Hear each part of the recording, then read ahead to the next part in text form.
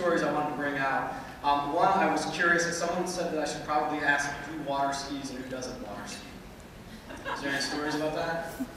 No, just that I water ski. Oh, all right. I thought there was something more. All right. There is one story, and Joe will remember this. And, you know, I always sit between these guys because they would constantly do battle. But one of the places we always enjoyed meeting was in Geneseo, New York. I had a great facility for it, and we had some great brainstorming sessions.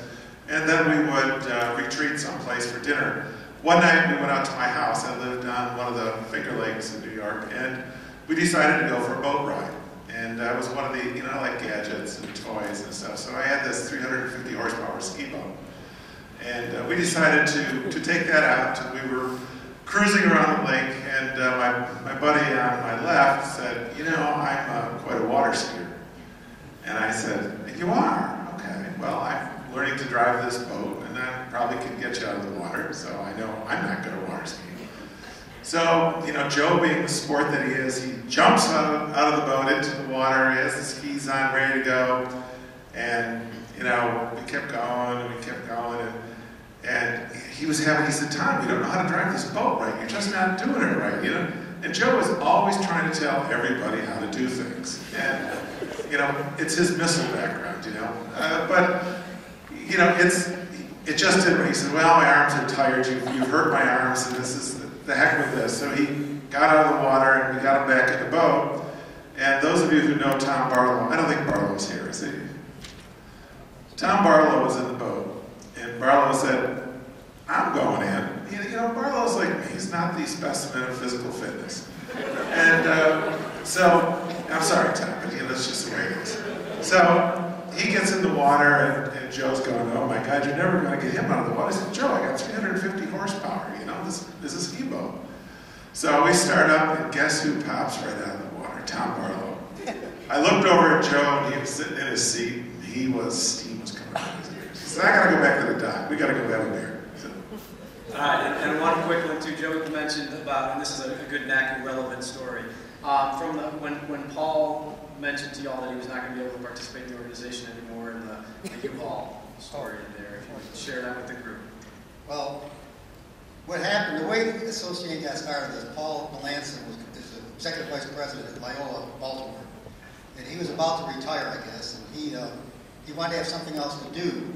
And Mel Blackburn, his auxiliary man, was very active in card application like we are. Anyhow, he asked Mel to call people that were into the card business, Billy, myself, Tom, and form an association that he would do all the legwork on the legal part to get it a nonprofit corporation, which he did. Okay, so we all joined and said, all right, well, we'll participate, we'll be directors, because we believe in the card system anyway. Well, we're in the system. We go to San Diego for our first meeting, right? And you know, we're small. I mean, we only had a few vendors. We're just starting to roll. We had schools, not tons of them like we have now. Okay, so the money coming in was negligible. Well, Paul agreed that he would take the job for at least 1 year at $15,000 a year, and then we'd reassess if he did good and they could get a little more of a salary. He also gave us the basement of his house for an office, right? So we had the office. Him and his wife would cover the phone 8 to 5, Monday through Friday. So we thought, well, $15,000 to Paul, and free house for the apartment, for the office, and his wife's going to cover the phone. We're in pretty good shape. We'll go ahead. Then we get a phone call. We're all asked to come to a very important meeting up in Baltimore. We all go there, and Paul tells us he has a very serious medical problem. And that it's so serious that he hated to do this, but he said abruptly, he said, I got to leave. I've got to leave the association. It's in your hands. Well, the four of us sat around and said, in our hands, you know, we got no money, right? We got this in the basement of his house, we're going to lose the office. And we're paying him $15,000. Neither of us could take that job at $15,000 and survive. So we're saying, what do we do? Well, what I was most proud of is we sat down and we decided to take the following action. We wanted to keep NACCU, so we did keep it, obviously, because you're sitting here today. I called, Lowell was my manager of the card office at Duke. And I said, Lowell, get in your car, go up to Melanson's house, rent a U-Haul trailer, a little bit of stuff we got up there, put it in the trailer and bring it back to Durham. When you get back here, rent an office, one that's real cheap and real small, so we could put the stuff in the office, okay? So Lowell went and got the office, and he went up to Melanson's and got the materials that we had.